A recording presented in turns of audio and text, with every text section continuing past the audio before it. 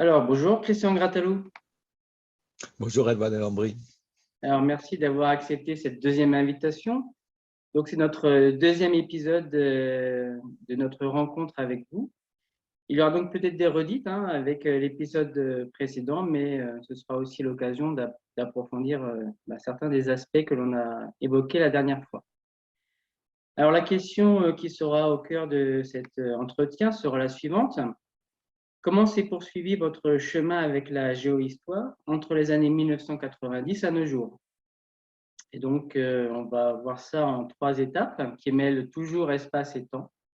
Tout d'abord, on va parler des années 90 entre Paris et Reims, puis les années 2000 à 2014 à Paris, et enfin, nous terminerons par les années post-2014, un petit peu partout en France. Voilà.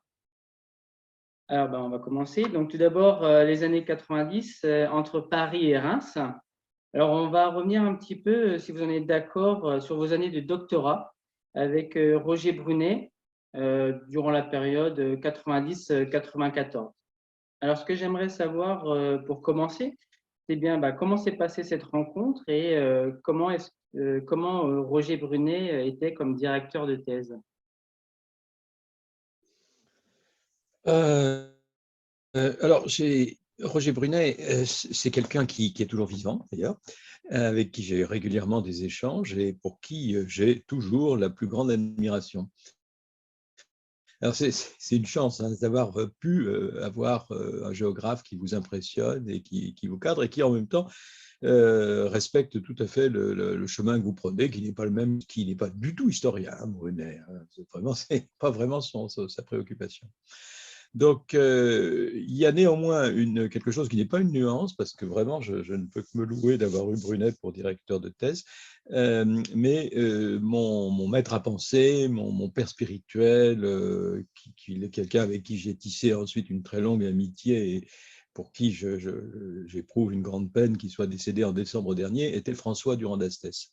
Alors, qui est quelqu'un évidemment de beaucoup moins connu que Brunet, parce qu'il a peu écrit de livres, il a surtout été un animateur à l'intérieur de la communauté des géographes, et puis il était un très grand enseignant.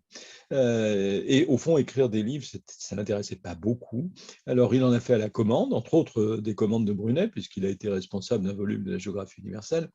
Il avait écrit quelques livres dans les années 60, là c'est vieux, à la demande de Pierre Georges, entre autres une géographie des airs qui avait été assez novatrice. Et puis il a été le spécialiste de l'Inde en France, donc pour la géographie française. Donc il a écrit, que sais-je, entre autres sur l'Inde, et puis beaucoup de choses diverses et variées sur l'Inde. Voilà. Mais Durand d'Astès, en 1990, était encore maître de conférence, il fait partie d'une génération, vous connaissez mieux Alain Reynaud, par exemple, je sais, à Gaïa Clio, qui avait des gros problèmes avec la thèse d'État, avait rompu avec ce système archaïque, qu'il était en général, mais qu'il était particulièrement dans le cadre de la géographie très traditionnaliste des années 60-70. Donc la thèse qu'il avait commencée avec Pierre Pied-de-Laborde et Pierre Biraud sur le climat de l'Inde, il l'avait en fait abandonnée. Voilà. Donc il allait sans doute achever sa carrière comme maître de conférence, si, comme l'a fait Alain Reynaud, par exemple, si Olivier Dollfus ne l'avait pas quasiment forcé à faire une HDR et obtenir un poste de prof à Paris 7, toujours, où ils étaient tous les deux, dans la foulée, ce qui lui a permis de terminer sa carrière comme professeur des universités. Voilà, bon, j'arrête avec Durand d'Astès, mais je lui dois beaucoup, il vient de décéder, donc je tenais à en dire deux mots. Cela dit, j'ai pas eu d'hésitation ne pouvant pas travailler avec Durand d'Astès, et d'ailleurs c'était aussi avec son accord, d'aller voir Roger Brunet qui ne prenait que très très peu de doctorants. C'est quelqu'un qui faisait énormément de choses, qui à l'époque dirigeait la Maison de la Géographie, une institution qu'il avait créée à Montpellier, et a eu peu de doctorants. Et donc, j'ai eu cette chance qu'il accepte. Et il a été un relecteur, parce qu'un directeur de thèse, c'est d'abord ça. Il a été un relecteur extrêmement attentif, exigeant, un dialogue tout à fait intéressant. Donc, j'ai vraiment un très, très bon souvenir de la direction de thèse de Roger Brunet, sans qu'il ait été le moins du monde directif, au sens le plus contraignant du terme. Donc, tout s'est bien passé. Il est vrai que j'étais un doctorant qui était près de 40 ans, qui avait une quarantaine d'années. Donc, bon, c'est pas tout à fait la même chose qu'avec quelqu'un qui sort de son master à 23 ans, quoi. Oui. Voilà. Et donc, cette thèse, elle a été faite à Montpellier ou à Paris, ou c'était des échanges par téléphone Alors, les deux, parce que, en fait, officiellement, administrativement, elle était faite à Paris 1, puisque Roger Brunet était directeur de recherche CNRS, et donc, pour diriger une thèse, il lui fallait une habilitation dans une université, et c'était Paris 1. Puisque lorsqu'il a quitté Reims au début des années 70, il est devenu directeur du centre Intergéo, qui était un centre de recherche et de documentation qui était à l'Institut de géographie. Donc, il a été assez logiquement inscrit à Paris 1 et il l'est resté quand il a créé la Maison de la géographie à Montpellier. Ce qui n'est rien d'étonnant parce que les rapports entre la Maison de la géographie et l'Université de Montpellier, enfin en tout cas les géographes de l'Université de Montpellier, étaient assez détestables dans l'ensemble. Donc, l'idée qu'il puisse diriger des thèses à Montpellier, ce n'était pas sans doute le plus confortable. Donc, à Paris 1, inversement, tout s'est bien passé. Oui. Très, très bien. Et donc, vous avez soutenu en 94. Est-ce que vous pouvez me dire qui composait votre jury de thèse? Oh, oui, alors il y avait effectivement, alors j'avais eu, ce qui à l'époque n'était pas vraiment un souci, j'avais souhaité un jury de thèse paritaire, si on peut dire, parce qu'il y avait 3 femmes. Il y avait Marie-Claire Robic, qui était la responsable de l'équipe Ego dans laquelle j'étais inscrit, et qui est une vieille amie. Il y avait Marie-Vonne Lebert, qui pour moi représentait un peu le groupe Dupont. Elle n'était pas le seul d'ailleurs dans le groupe, puisque Pierre Estes en était un pilier aussi, mais enfin, elle était un peu ma conscience, ma marraine dans le groupe Dupont, c'est le nom qu'elle s'était donné. Et puis Denise Plumin, qui représentait effectivement la chef d'équipe du labo, quelqu'un pour qui j'ai évidemment un grand respect intellectuel. Et puis 3 hommes, donc Roger Brunet, évidemment, le directeur de thèse, qui à l'époque, les directeurs étaient membres du jury. Il y avait François Durand d'Estès, évidemment, et puis un 6e larron, qui n'était pas géographe, mais qui était pour moi aussi une grande référence, et dont je suivais attentivement le séminaire, qui était l'historien Bernard Le Petit, à l'époque secrétaire général des Annales d'Histoire. D'accord. Donc, évidemment, votre thèse a été validée.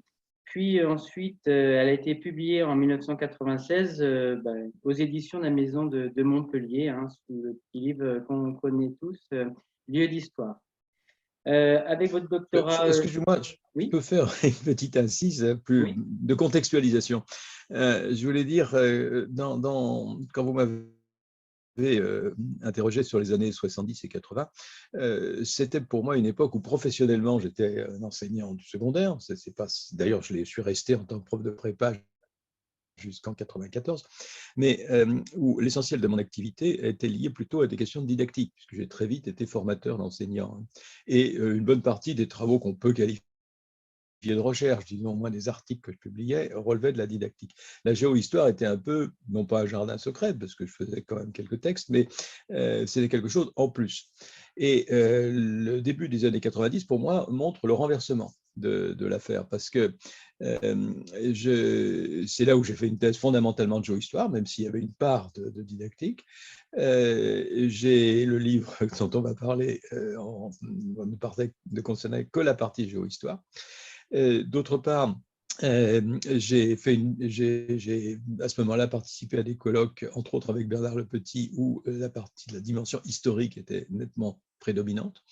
Donc, je suis beaucoup plus à ce moment-là apparu avec une étiquette non pas de didacticien, mais de géohistorien. Voilà, pour moi, c'est une sorte de basculement dans la mesure où, si la géohistoire était mineure dans les années 80, à partir des années 90, c'est la didactique que je n'abandonne pas non plus, qui j'ai longtemps dirigé un DEA puis un master que vous avez bien connu, mais qui était centré sur la didactique. Mais c'était pour moi devenu tout à fait secondaire. Alors, effectivement, j'ai proposé à la Maison de la Géographie de tirer du pro-livre central de la thèse, un bouquin qui a été publié en 96 sous le nom de Lieux d'histoire, essai de géohistoire systématique.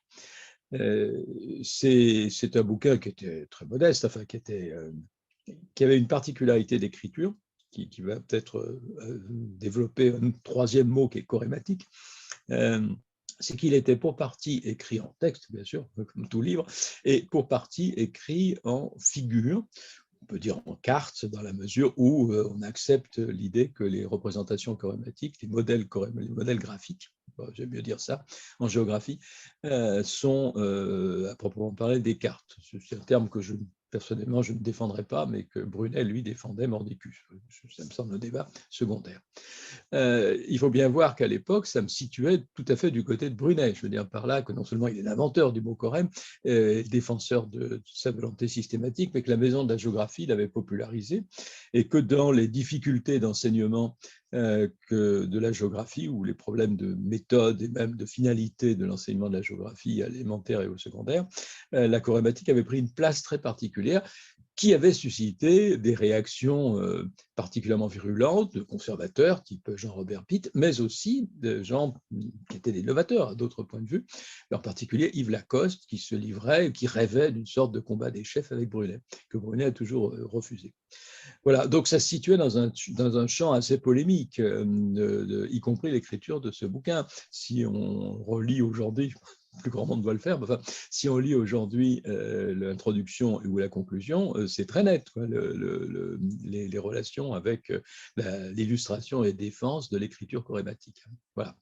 Donc il y avait pratiquement, ça doit être le tiers au moins des pages du livre qui sont des figures et qui étaient une sorte d'écriture mixte dans les mesures où on pouvait le lire de manière linéaire, textuelle, et de manière au contraire simultanée, c'est-à-dire graphique. C'est quelque chose qui fait que, évidemment, je m'acheminais vers les atlas historiques. Oui, oui, on voit déjà la petite graine qui commence à pousser. Et justement, sur les Corem, si vous aviez fait votre thèse avec François Durand d'Astès, est-ce qu'il y aurait eu autant de Corem dans votre thèse et à la suite de votre livre ou moins? Donc, je pense que ça aurait été absolument pareil, parce que l'un est comme Brunet ou Durand d'Astès me laissait faire, hein, il n'y avait pas de problème. C'est vrai que vous avez raison, Durand d'Astès ne déteste pas du tout l'écriture graphique, mais n'a jamais vraiment participé à la recherche structuraliste des structures élémentaires de l'espace que signifie le mot Corem, et qui était derrière tout l'effort intellectuel de Brunet.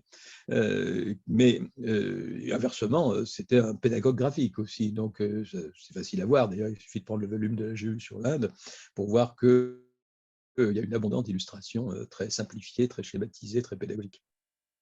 Donc non, je crois que durant l'Astès ou Brunet, ça n'aurait rien changé. Par ailleurs, c'était des gens très très proches. Hein. En décembre dernier, j'ai lu, parce que Brunet a 91 ans, hein, donc au moment où on a fait, pardon, c'était pas en décembre, c'était en juin dernier. En décembre dernier, c'est le décès de François Durand d'Astès. En juin dernier, on lui a fait une journée d'hommage. Et Brunet ne pouvait pas se déplacer, il habite Tours. Et il m'a envoyé un texte en me demandant de le lire publiquement, qui était un hommage vraiment de grande complicité, de fraternité, on pourrait dire, avec Durand d'Astès. C'était tout à fait exact. Ce n'est pas d'ailleurs quelqu'un qui triche, Brunet. Et quel fut l'accueil de votre livre et en particulier de votre thèse en général? Est-ce qu'il y a eu des comptes rendus? Comment la communauté des géographes a reçu votre travail?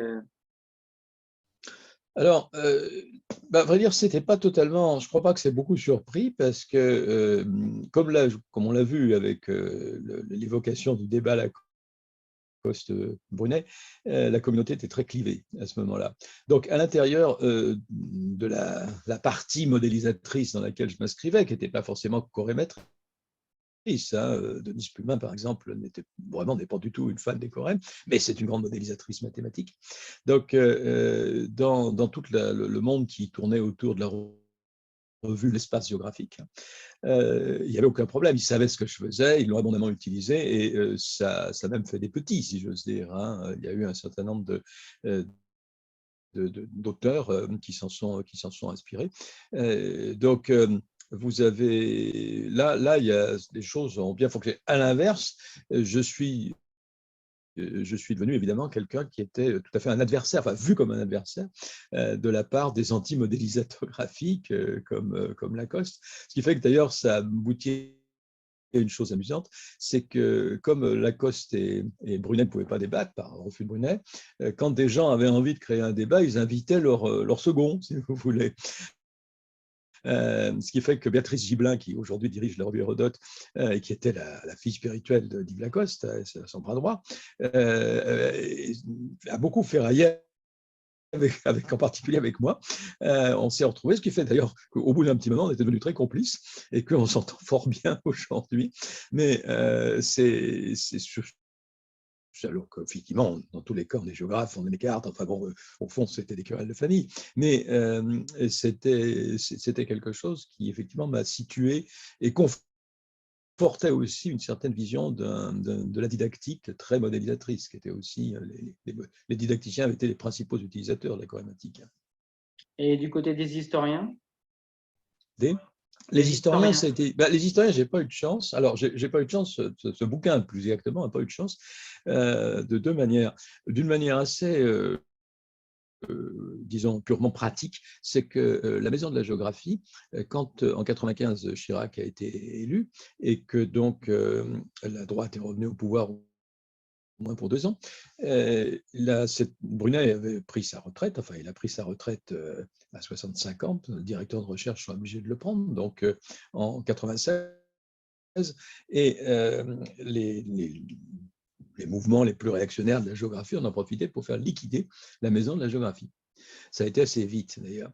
Donc le résultat, c'est que les collections de livres ont disparu, ou pour certaines, comme la Géo, ont été repris par un éditeur, c'était Belin. Et puis, pour quelques petites collections pratiques ont été reprises par la documentation française.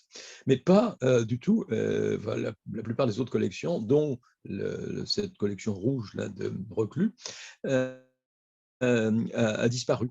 Donc, j'ai fait un bouquin en 96, au moment où, en gros, la collection disparaissait et l'éditeur qui était derrière disparaissait. Donc, il n'y a eu aucun soutien, aucune diffusion, ce qui fait que c'est un livre très peu, très peu diffusé. Ça, c'est pas eu de chance.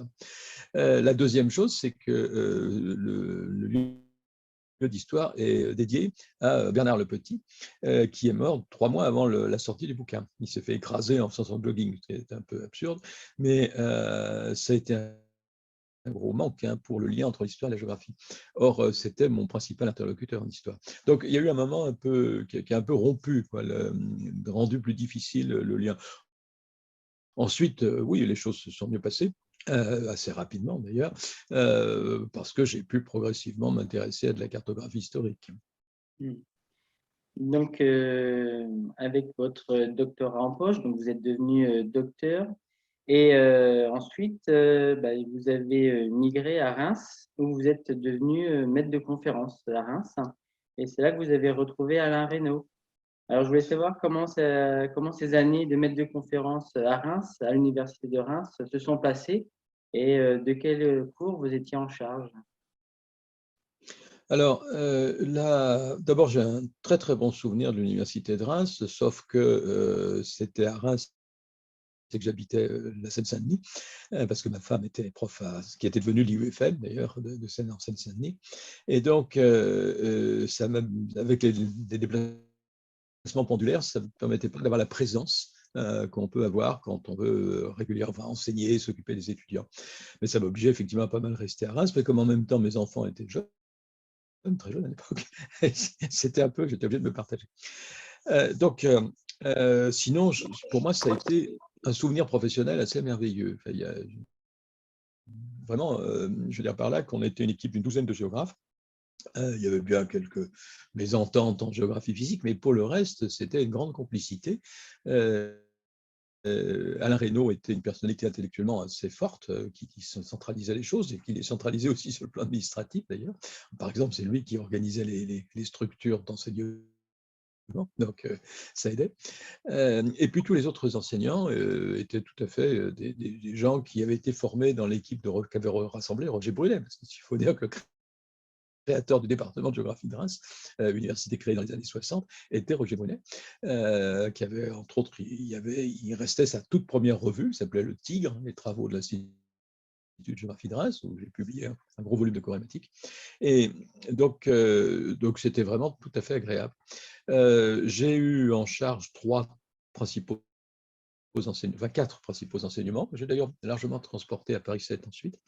Le premier, c'est que je m'étais un peu spécialisé, ce qui était assez normal pour l'ancien enseignant du secondaire, dans le cours d'introduction en première année.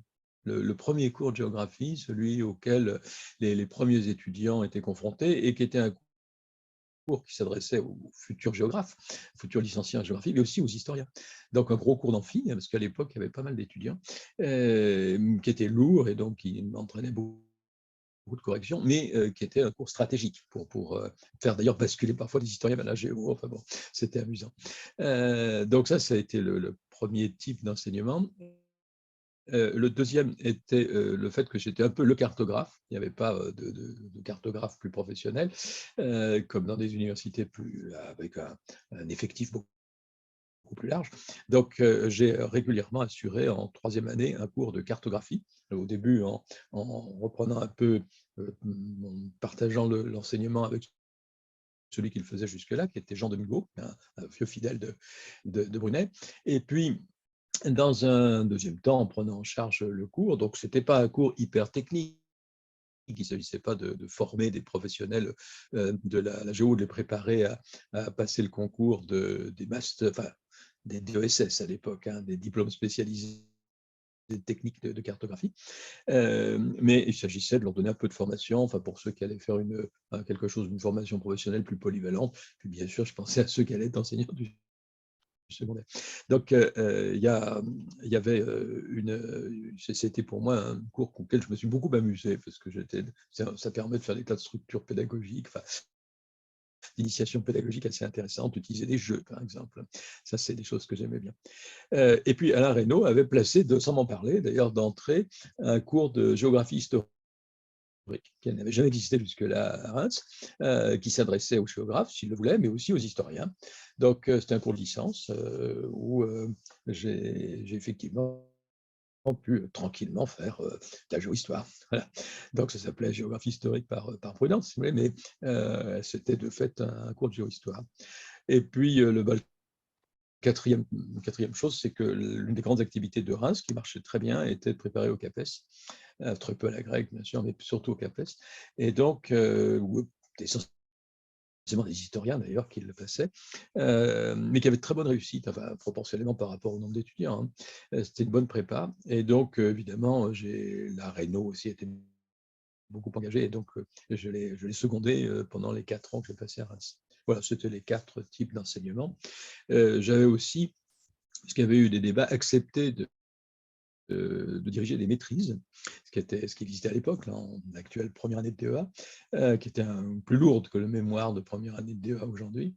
Et parce que les maîtres de conférence, il y avait des conflits, tous ceux qui avaient un statut de maître de conférence ne voulaient pas diriger de maîtrise. Donc il y avait un énorme déficit de potentiel directeur de maîtrise, donc moi j'avais bien accepté ce genre de choses. Alors, on a cité Reynaud et quelques autres fidèles de Brunet, mais je voulais dire aussi qu'à Reims, j'avais retrouvé mon vieux complice qui était prof, qui était Jacques Lévy. Jacques Lévy, qui, si je me rappelle bien, est revenu à Reims dernièrement. Oui, il a fini, il a été en congé pendant au moins plus d'une douzaine d'années, comme prof à l'université, à l'école polytechnique fédérale de Lausanne. Hein, ça doit être en gros entre 2000 et 2012. Et puis, il a terminé sa carrière, enfin, officielle. Il a d'ailleurs toujours, il a une activité, je ne sais plus s'il l'a encore cette année, sur une chaire particulière à l'Université technologique du Nord. Mais il a fini ses années de carrière à Reims. Il est revenu. D'accord. Merci. Et donc, pour terminer cette première partie, Braudel est décédé dans les années 80. Que pouvez-vous me En dire de 85. 85? Pouvez-vous me dire votre lien avec Braudel dans les années 90? Alors, oui, enfin, je ne faisais pas tourner les tables quand il était mort. Non, Mais oui, alors j'ai effectivement, je fais partie je n'étais pas le seul, des gens en sciences humaines pour qui Braudel a été extrêmement important et qui sont nombreux en anthropologie, surtout en économie. Je pense à Alain Lipietz, par exemple, et évidemment en géographie. Là, en l'occurrence, Alain Reynaud m'avait devancé. Mais et qui utilise donc souvent le mot de géohistoire. Alors qu'en histoire, au contraire, Braudel, contrairement à ce qu'on croit, hein, Braudel a toujours été un peu un marginal.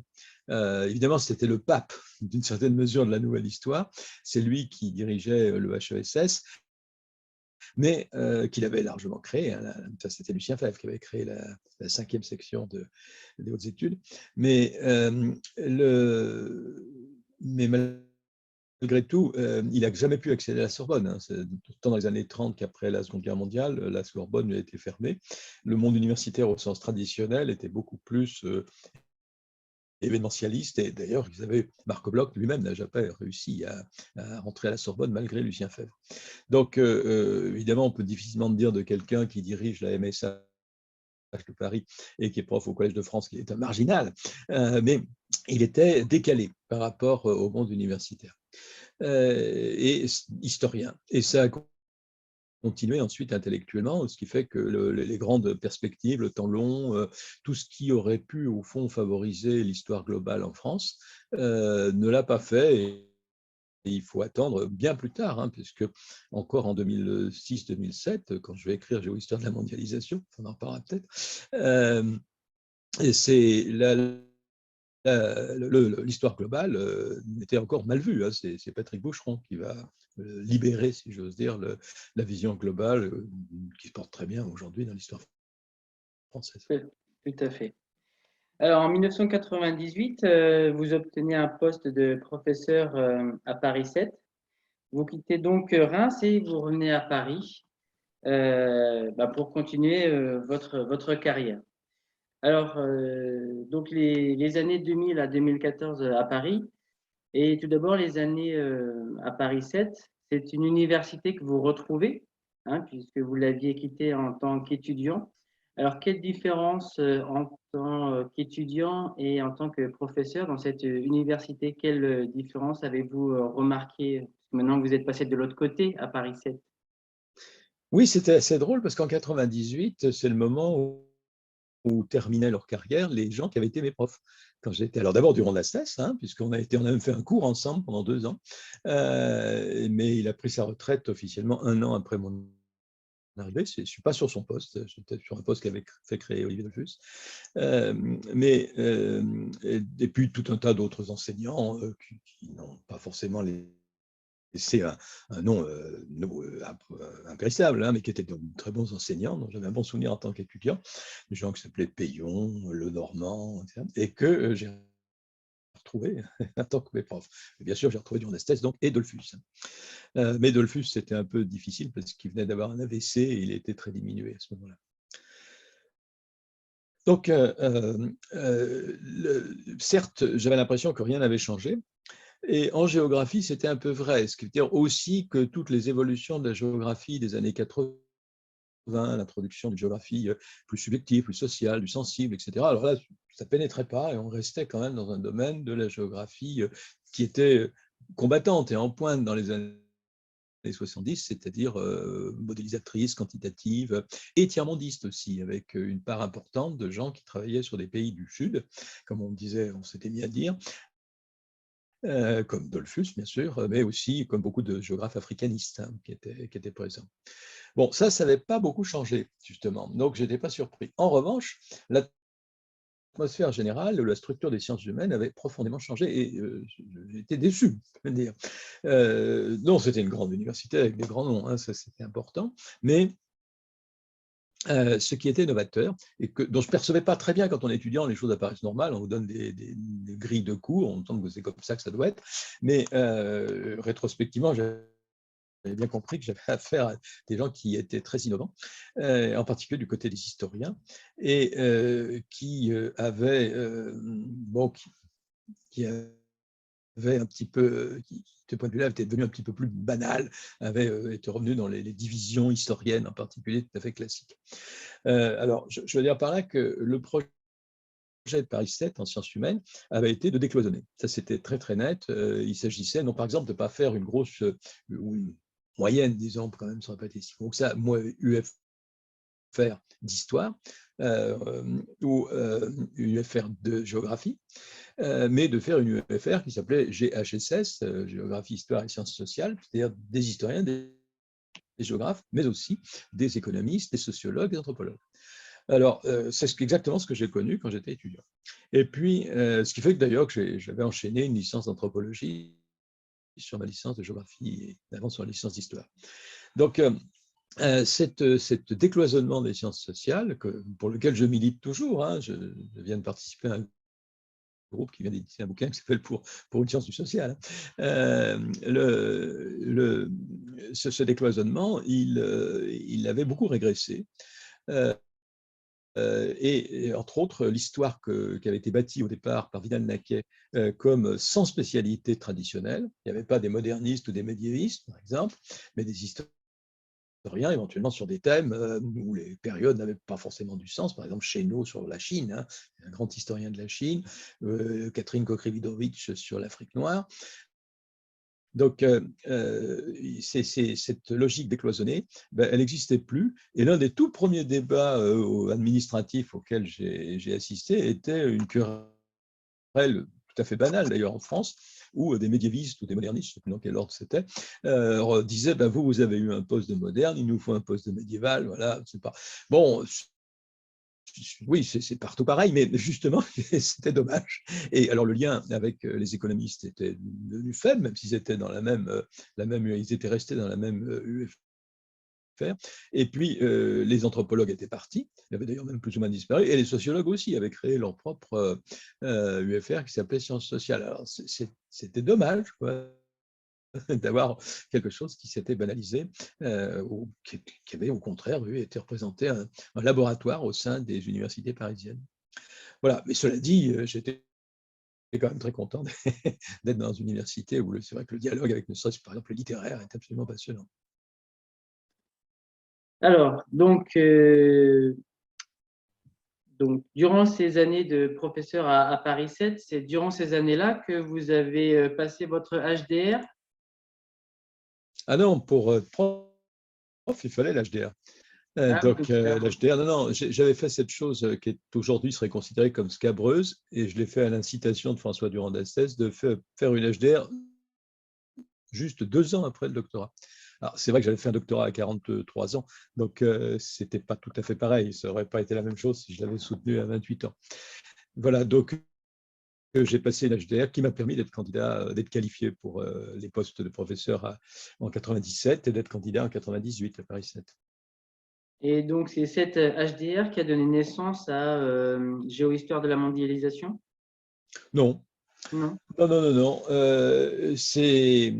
J'étais en fait, j'avais commencé au début des années 2000 à écrire un bouquin qui s'appelait La dynamique des territoires, qui n'a jamais, qui a jamais existé en fait véritablement. Mais ce qui s'est produit, c'est que j'ai participé au dictionnaire des mondialisations avec Cynthia Gora-Gobin, donc chez Armand Collin, ce qui m'a un peu introduit chez Armand Collin. Et j'avais fait entre autres une chose, c'est que je m'étais occupé des cartes de cet atlas. Et donc, j'ai pas mal, disons, travaillé avec les gens de la maison Armand Collin à ce moment-là. Et lorsque, en 2006, est arrivé au concours de l'agrégation la question sur la mondialisation. Évidemment, les collègues, je précise que la préparation des concours pour la partie géographie est commune à Paris 1, Paris 4 et Paris 7, à l'ensemble de l'ancienne Sorbonne.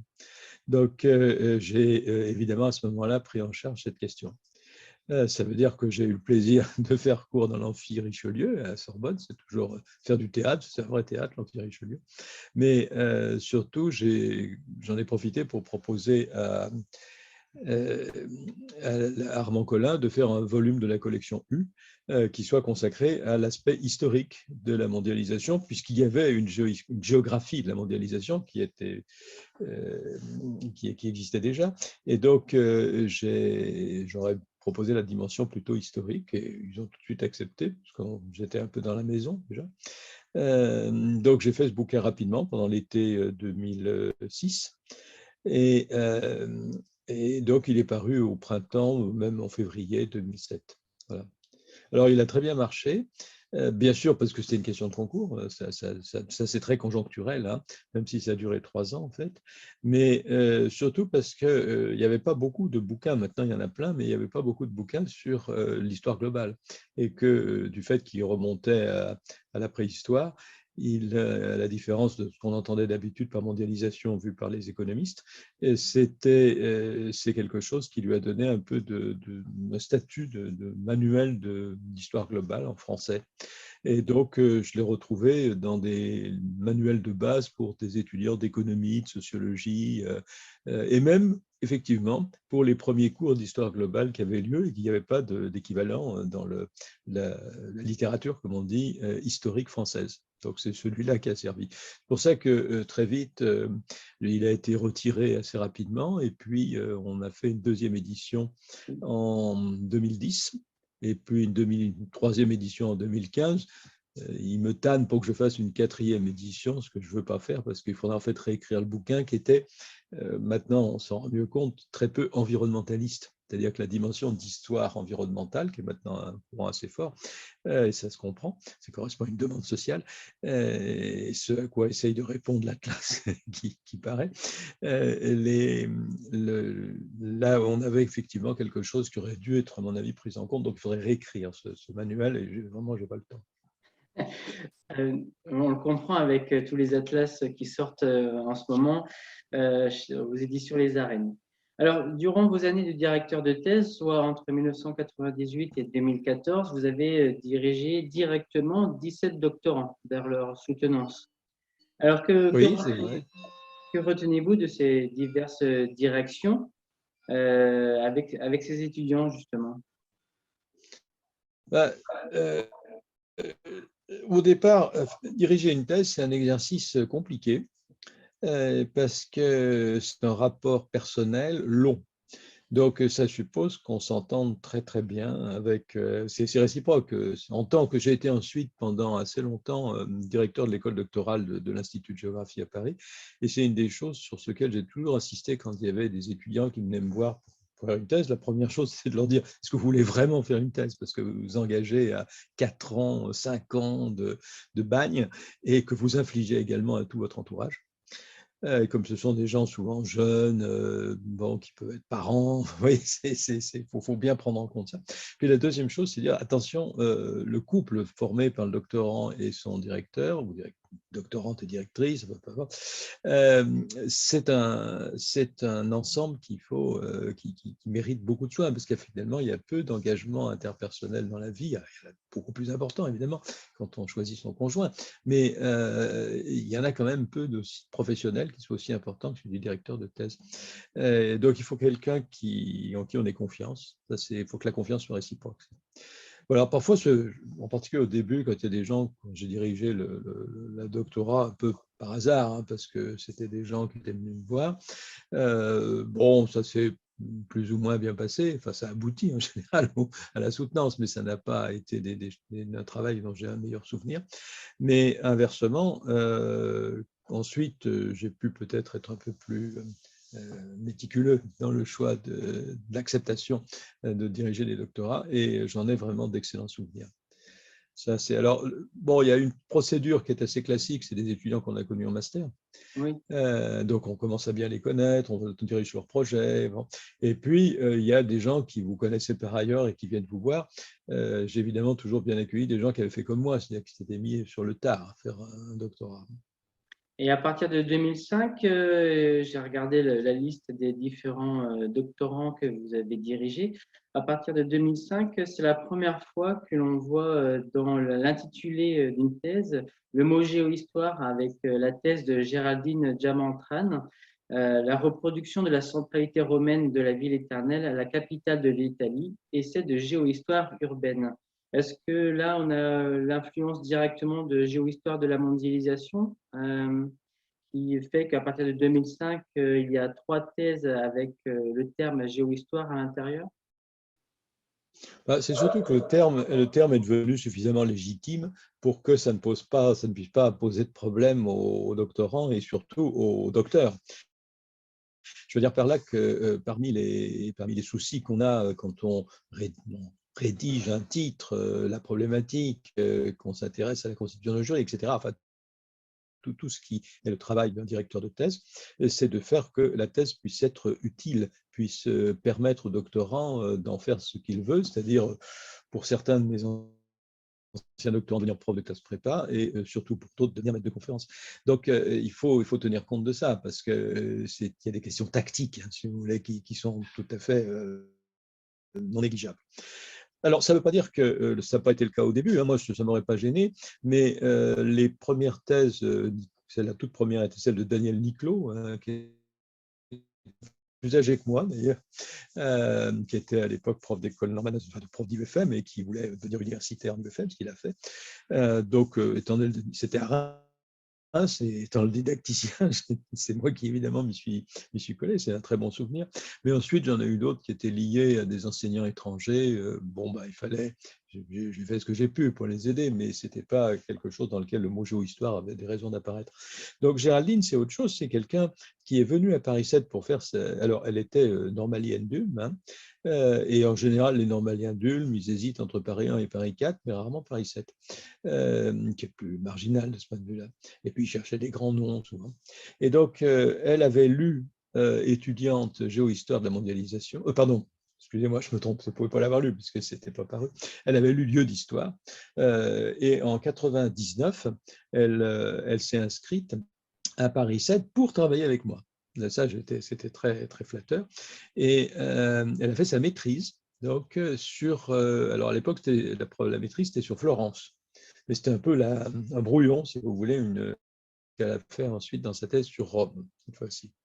Donc, on a travaillé avec elle. Elle a fait évidemment, elle a brillamment réussi la grecque. Et puis, après la grecque, elle a fait son DEA, ça s'appelait encore DEA. Puis, elle a enchaîné sur la thèse qu'elle a faite en 3 ans avec évidemment une allocation. Donc, oui, là, il n'y avait aucun scrupule, aucun problème. Mais vous voyez que le mot géohistoire était apparu dès son dépôt de thèse. Ça doit être en 2000, enfin, son mémoire de master et son dépôt de thèse. Donc, ça nous ramène au début des années 2000. Donc, il n'y avait aucun problème sur l'usage du mot géohistoire. Simplement, c'était qu'il n'y avait pas encore de candidat. Plutôt ça. Les, Alors les, après, oui, il n'y a pas aucun problème pour employer le mot. Hein. les 2 autres soutenances avec le terme géohistoire, c'est celle de Vincent Capdepuis en 2010 et celle, la dernière, si je me rappelle bien, c'est celle en 2017 de la thèse de Sylvain Kahn sur la géohistoire du territoire De de la l'Europe. construction européenne. Ouais. Et j'ai remarqué, mais vous allez me dire si j'ai tort, qu'avec Vincent Capdepuis, vous avez une relation particulière. Vous avez notamment coécrit un certain nombre de papiers ensemble. Alors, que retenez-vous de cette relation avec Vincent Capdepuis durant ces années de thèse? En fait, s'il y a quelqu'un dont je me sens proche intellectuellement, c'est bien Vincent Capdepuis, il n'y a vraiment aucun doute là-dessus. C'est quelqu'un qui, d'abord, est lui-même quelqu'un qui a un itinéraire un peu différent parce qu'il est venu de l'archéologie, lui, avant d'être prof d'histoire géo, qui, lui, n'a pas de chance parce qu'il n'a pas pu faire une carrière universitaire parce qu'il s'est enfermé pour des raisons familiales, pas le lieu d'en parler, mais à La Réunion. ce qui est évidemment quelque chose qui le coupe matériellement de la vie universitaire française, par exemple, l'empêche de faire des enseignements universitaires. C'est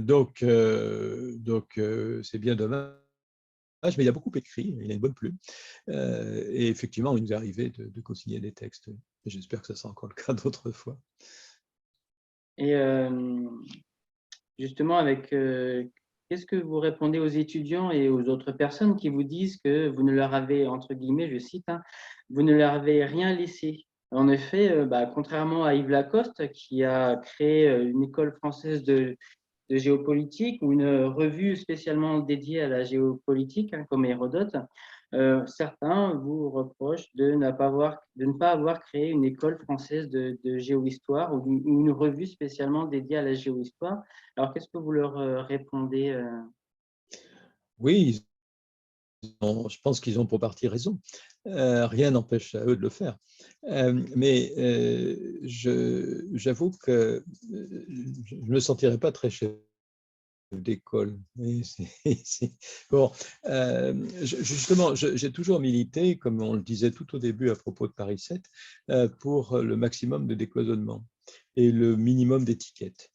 Et si c'est pour faire quelque chose qui serait une cloison autour d'un domaine particulier qui serait la géohistoire, qui se situerait donc quelque part entre la géographie et l'histoire, une espèce de petite principauté, avec donc tous les attributs d'un territoire universitaire, éventuellement un institut, en tout cas une équipe de recherche officielle, avec une revue, bien sûr, qui aujourd'hui sera nécessairement électronique, avec une collection de livres. Voilà, on peut tout à fait. Je pense que tout ça était tout à fait possible.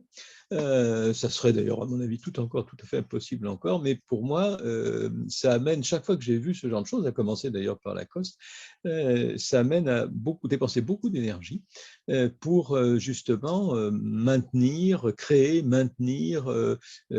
bétonner. Alors ça suppose des subventions universitaires, des justifications de labels d'équipe, des négociations avec des éditeurs, etc. Et tout ça pour aboutir justement à quelque chose qui, du fait des efforts que ça demande, doit être constamment défendu dans son propre domaine.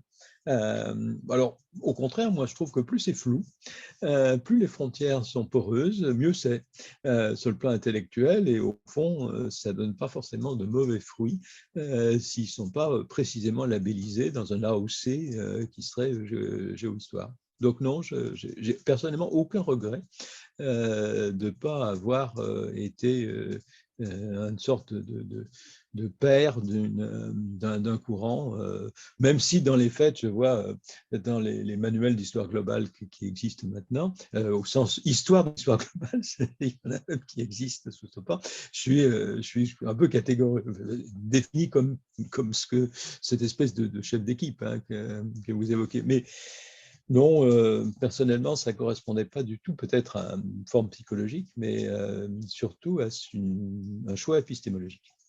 et vous n'avez pas peur que justement le fait de ne pas avoir une revue ou une école, bien ça dilue un petit peu la définition de géohistoire? Chaque, euh, chaque, Oui, euh, mais chaque personne ayant sa pratique de la géohistoire? oui, mais très bien, mais ça me va très bien que cette dissolution. Vous évoquez la dilution plutôt. Moi, au contraire, ça me va très très bien. Ce que je voudrais surtout pas, c'est amener, imaginer proclamer des oukases en disant ceci est de la géohistoire, ceci n'est pas de la géohistoire. Ceci est un bon suiveur, celui-ci est un mauvais disciple. Enfin non, c'est horrible. Donc au contraire, j'espère qu'il y aura beaucoup d'hérétiques. Euh, en 2014, vous obtenez votre mise à la retraite, vous devenez professeur émérite, et à partir de ce moment-là, à partir des années 14 à aujourd'hui, vous naviguez un petit peu partout en France. Alors, je voulais savoir comment vous avez vécu cette mise à la retraite et est-ce que ça n'a pas été trop dur de quitter le métier d'universitaire? Certes pas. Non, d'abord, simplement un aspect biographique. Il se trouve que 63 ans, j'ai pris ma retraite à 63 ans, j'étais dans une situation où je pouvais prendre ma retraite tout à fait officiellement à temps plein, et ce depuis 60 ans d'ailleurs. C'est une question d'âge, par rapport aux différentes réformes. et que donc je pouvais matériellement prendre ma retraite dans de bonnes conditions, même optimales. Donc, il n'y avait aucun problème purement pratique. Je commence par le côté tout à fait épicier de l'affaire. D'autre part, effectivement, il y a beaucoup de mes collègues qui n'ont pas forcément bien compris qu'on ne fasse pas, comme avait fait d'ailleurs durant la thèse, qui m'a quasiment reproché d'avoir pris ma retraite, c'est de ne pas avoir essayé d'aller le plus loin possible, c'est-à-dire jusqu'à 66, 68 ans, et on peut en gros tirer pour les profs d'université au-delà de 65 ans. Non, personnellement, je souhaitais justement pouvoir faire ce qui me semblait le plus intéressant, c'est-à-dire écrire des bouquins et éventuellement faire des conférences ou quelques cours. D'ailleurs, j'ai continué au moins à Sciences Po pendant un certain temps à faire un cours parce qu'on me donnait carte blanche et dans des conditions matérielles parfaites, donc ça serait difficile d'en refuser. Mais pour le reste, non, je souhaitais vraiment pouvoir entre autres, je pense, à l'époque, je ne pensais pas encore à la collection d'atlas historiques. J'avais eu des projets en atlas historique et ce n'est pas né comme ça. Mais néanmoins, j'avais quelques bouquins en tête, entre autres sur tout ce qui est de la division Nord-Sud. Je m'étais promis, par exemple, de la faire sous forme d'un grand public en attaquant par le petit déjeuner. Dès que j'aurai le temps, c'était pour avoir du temps, il n'y avait pas 36 solutions, il fallait être à la retraite. Et puis surtout, il y a des aspects négatifs. Enfin, j'aime pas dire du mal de l'université, mais il se trouve que les conditions de travail se sont beaucoup dégradées dans les 20 ans que j'ai passés à l'université. Je l'ai vu vraiment la situation se dégrader d'abord et avant tout pour les étudiants, mais aussi pour les enseignants, parce que, entre autres, la réunionnite et la paperasse administrative ont pris une sorte de cancer qui a pris une place énorme. Et je l'ai constaté en étant directeur de l'école doctorale de l'Institut de Géo. Au début, quand j'étais directeur adjoint au début des années 2000, il suffisait d'avoir une secrétaire à mi-temps quasiment pour faire tourner très largement. La dame, comme elle était à temps plein, elle a fait elle-même une thèse pour occuper son temps. Mais ensuite, il a fallu 2 personnes quand je partais. C'était devenu énorme, hein. C'était un travail où il fallait constamment faire des rapports. Chaque doctorant devait faire, il devait y avoir un comité de thèse qui lui-même faisait chaque année des rapports, les étudiants faisaient des rapports, etc. Enfin, et puis chaque entité comme une école doctorale, un UMR, chaque licence, etc., était l'objet de rapports tous les 5 ans, mais avec des rapports intermédiaires. Enfin, tout ça générant des réunions, etc. Donc, moi, j'avoue que, étant consciencieux, trouvant qu'il fallait pas, disons, il fallait faire sa part de tâches administratives, je trouvais ça usant. Alors que ce temps passé aurait pu être fait à toute autre chose, justement, faire des atlas, par exemple. Oui. Et justement, depuis votre mise en retraite, j'ai l'impression que vous êtes beaucoup plus prolixe Ah oui, à j'ai du temps. l'écrit qu'avec des conférences. Oui, bien sûr. Oui, oui, tout à fait. Bah, c'est vrai que je refuse enfin, je refuse, si ça m'arrive maintenant de refuser des conférences, mais enfin, je ne le refuse jamais quand si je peux, bien sûr, matériellement, si c'est pour un établissement scolaire ou l'université populaire. Ça, j'ai toujours accepté ce genre de choses, mais par ailleurs, bien sûr, il y a des tas d'autres structures où il m'arrive d'intervenir, y compris d'ailleurs parfois des chambres patronales ou des trucs, des entreprises. Enfin, c'est intéressant d'ailleurs à voir. Là où généralement je suis beaucoup moins enthousiaste, c'est d'intervenir dans des séminaires universitaires. Moi, je ne refuse pas, hein, des fois c'est des copains, bon, c'est intéressant comme lieu de débat, mais sinon, si c'est pour aller faire une sorte d'introduction formelle à je sais pas moi, un master, parce qu'ils veulent se raconter des trucs pour faire plaisir aux étudiants au départ, j'avoue que ça ne me tente pas trop, oui, ce genre de choses. Voilà, mais non, mais c'est vrai que je fais effectivement pas mal de conférences. Et donc là, vous publiez au mois d'octobre votre dernier atlas, hein, Atlas historique de la Terre. Est-ce que vous avez d'autres projets après en tête? Est-ce que vous avez d'autres idées de livres Alors, oui, bien sûr. Mais d'abord, cette collection, c'est devenu une collection, hein, ce que ce n'était pas au départ, puisque au départ, c'était un truc tout à fait conjoncturel. Il se trouve qu'à la fin de l'année 18, pardon, des gens de la maison d'édition des Arènes ont rencontré des gens d'un groupe de presse qui s'appelle Croque Futur aujourd'hui, le groupe de Claude Perdriel, hein, qui n'édite donc plus le Nouvel Observateur qui a été vendu, mais qui édite toujours Challenge, et qui, entre autres, a dans son portefeuille l'histoire, la recherche et sciences et avenir, et quelques autres. Et donc, l'histoire il savait qu'à l'histoire, il y avait un énorme portefeuille de cartes, entre autres de cartes sous des formes faciles à utiliser, puisque depuis le début des années 90, elles étaient faites de manière informatique. Donc, il y avait presque 30 ans de cartes, plus si on remonte aux cartes manuscrites, enfin, faites à la main depuis la création de la revue en 1978. Donc, il y avait de quoi faire un atlas simplement en rassemblant ces cartes.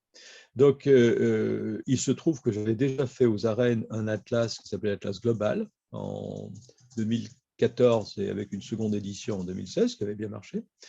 Et d'autre part que j'avais beaucoup travaillé avec la revue L'Histoire, entre autres d'ailleurs pour des petits atlas, des petits recueils qu'ils avaient faits comme ça, sur le format de la revue. Donc, les deux ont pensé que je pouvais être le bon coordinateur, donc j'ai évidemment pas refusé. Alors, d'autant plus, je le raconte bien volontiers, c'est que j'avais essuyé un refus de chez Larousse. Alors, il se trouve que Larousse, c'est-à-dire l'éditeur de l'Atlas d'Ubi, donc le grand atlas historique français jusque-là. Donc, l'Atlas d'Ubi date de 1976. Alors, il a été complété, hein, on a actualisé un certain nombre de cartes, mais enfin, il n'a pas profondément changé dans une structure qui reste essentiellement des tiroirs. Bon, ces cartes sont pas mal faites, mais elles sont elles-mêmes très traditionnelles, avec une part importante de texte. Et j'avais travaillé pour Larousse, pour le petit Larousse illustré. C'est comme ça d'ailleurs que je leur avais proposé l'invention des continents en 2009. Et puis, je leur ai dit, mais vous avez un atlas qui marche très bien, l'atlas d'Ubi, mais il est quand même, il a 40 ans presque, enfin 30 ans à l'époque, il faudrait quand même le rénover. Et je leur ai proposé un nouveau plan, une nouvelle organisation, des compléments, etc. Et puis, il me dit, oh non, ça marche bien, bon, bref, ça ne les tentait pas. Et puis, je trouve que j'ai eu l'occasion de reparler avec eux en 2017, et je leur ai reproposé, et la même réponse. Et donc, quand l'année d'après, ou c'était même quelques mois après, les Arènes me proposent ça, j'ai sauté sur l'occasion. J'avais le plan tout prêt, d'ailleurs. C'est le plan qui a été celui de l'Atlas historique mondial. Donc, ça a été comme ça, on a fait un atlas qui est une cuisine de reste, hein, c'est-à-dire on a pris toutes les cartes qui existaient et aujourd'hui, je suis en train, sauf le moment où je vous parle, mais je suis en train de préparer la réunion de la deuxième édition de cet atlas qui, lui, va être plus ambitieux, plus complémentaire. Enfin, ça ne sera pas simplement des restes cette fois-ci. Voilà. Alors, il se trouve que l'atlas est publié en 2019 et il connaît un énorme succès. Ce qui prouve bien que le Duby était un peu obsolète. C'est amusant d'ailleurs que Larousse m'a proposé finalement de rénover le Duby. Je leur ai dit non quand même, c'est un peu gênant, je viens de faire son principal concurrent, peut-être pas les deux. Donc laissons tomber le Duby, qui continue d'ailleurs à vivre sa vie, mais le succès de l'Atlas a été à la fois français, on en est à 70 000 exemplaires vendus, et international, puisqu'on en est aussi à 12 traductions. Dont certaines marchent très bien. La version néerlandaise, qui était la première, a très très bien marché pour livre en néerlandais, hein, c'est 17 000 exemplaires au bout d'un an. La version italienne, qui m'a bien suivi. C'est en ces jours-ci, d'ailleurs, là aussi, je suis dans la promo, la version allemande qui va paraître, la version anglaise va suivre, espagnole, etc. Il y a déjà la japonaise, la chinoise. Non, pardon, pas la japonaise, ça n'a pas marché, mais la chinoise. Voilà, bon, donc ça marche très très bien. Et le résultat, évidemment, c'est que tout éditeur veut continuer. Donc, avec la même équipe, donc l'histoire, on a fait un atlas historique de la France qui, lui, est à 50% nouveau. C'est-à-dire, on a 50% de cartes qui avaient déjà été éditées dans l'histoire et souvent d'ailleurs dans l'atlas historique mondial. Et puis 50% de cartes totalement nouvelles, avec une conception assez novatrice, puisqu'il y a toute une partie de réflexion sur ce qu'est l'historiographie d'un atlas, et puis, mais en images. et puis une troisième partie sur l'usage, des usages du passé dans la société française. Donc, cet atlas lui-même a bien marché, mais évidemment uniquement en France, hein, plus de 30 000 exemplaires vendus. Et d'où l'idée de lancer un nouvel atlas qui, lui, nous a pris 2 ans et qui est totalement neuf. Hein. Les cartes ont toutes été nouvelles et qu'on a fait, bien sûr, avec l'histoire, mais aussi avec Sciences et Avenir, la recherche. Et qui donc représente quelque chose qui, par certains côtés, rappelle un peu la vieille géographie physique, puisqu'il y a toute une dimension environnementaliste, mais qui correspond beaucoup plus à quelque chose de très moderne, qui est l'histoire environnementale. Voilà. Donc, c'est l'atlas qui sort maintenant. Et comme je vous l'ai dit, on est en train de préparer la seconde édition qui sera très, très, très renouvelée de l'Atlas historique mondial pour l'année prochaine. Et puis après, il y a d'autres projets qui vont aussi commencer cette semaine. Donc, comment dire, les années à venir vont être chargées en publication. Oui, et ce qui fait que j'ai bien quelques livres que j'avais prévus, que j'avais commencé avant de me plonger dans cette direction d'Atlas, qui fait qu'ils sont un peu en stand-by, mais enfin, j'espère bien quand même pouvoir les faire avant d'être totalement gâteux. Ce qui, j'espère, n'arrivera jamais. Bien, donc en conclusion, C'est ça ou mourir jeune, hein. En conclusion, donc avec un regard rétrospectif, je vais peut-être vous poser une question un petit peu difficile. Comment retraceriez-vous l'évolution de la géohistoire en France des années 50 à nos jours? Quelle est la vision que vous avez de cette géohistoire française? Je crois que c'est une histoire de mots d'abord au départ, et qu'il y a 2 périodes. Il y a un moment où Braudel lance le mot et puis il s'essouffle. Lui-même ne le soutient plus et il n'est pas beaucoup saisi par d'autres. Et puis, à partir du moment où on s'intéresse à des questions mondiales, c'est-à-dire à la fin des années 70, au moment où, en gros, la vision linéaire du processus historique s'estompe, ce qu'on appelle la postmodernité. Donc, à partir du moment où ça s'essouffle, la dimension spatiale devient au contraire tout à fait importante. Et ça donne une importance grande à tout ce qui est marqué par géo quelque chose. C'est le cas de la géopolitique. Hein. Je crois que la chronologie de des succès des mots géopolitique et géohistoire sont tout à fait semblables. Hein. La nécessité de prendre en compte l'ailleurs, de ne pas le considérer comme du nous en retard, c'est une formule que j'aime bien utiliser fréquemment, de ne pas considérer que la carte de la transition démographique ou de l'idée de développement, sous-développement, etc., tout ce qui est un processus qu'on peut spatialiser, comme simplement des datations dans une certaine mesure, c'est quelque chose au contraire qui prend en compte les différences. Alors ça peut être fait d'une manière très sommaire et très brutale, c'est le choc des civilisations de Huntington, hein, mais ça peut être fait de manière plus subtile dans la complexité, c'est le cas en général de la géopolitique. Et puis si on donne une dimension rétrospective forte, évidemment, ça devient de la géohistoire. Donc ça, le mot a été réutilisé et maintenant d'ailleurs s'exporte, hein, la geohistory. Le terme a été utilisé à partir de Braudel, parce qu'il se trouve que Braudel était un peu un pionnier de l'histoire globale, même s'il le faisait d'une façon quelqu'un qui avait construit sa pensée dans la première moitié du XXe siècle, donc un moderne, très linéaire, très l'idée du progrès. Braudel était quand même, c'était normal, c'était de son âge. Mais ce terme a été repris par d'autres, des économistes ou des géographes en particulier, et maintenant d'ailleurs de nouveau des historiens, pour représenter cette dimension très géographique de la réflexion sur la dynamique des sociétés. Donc voilà, pour moi, c'est ça le mot géohistoire. Oui, c'est vrai.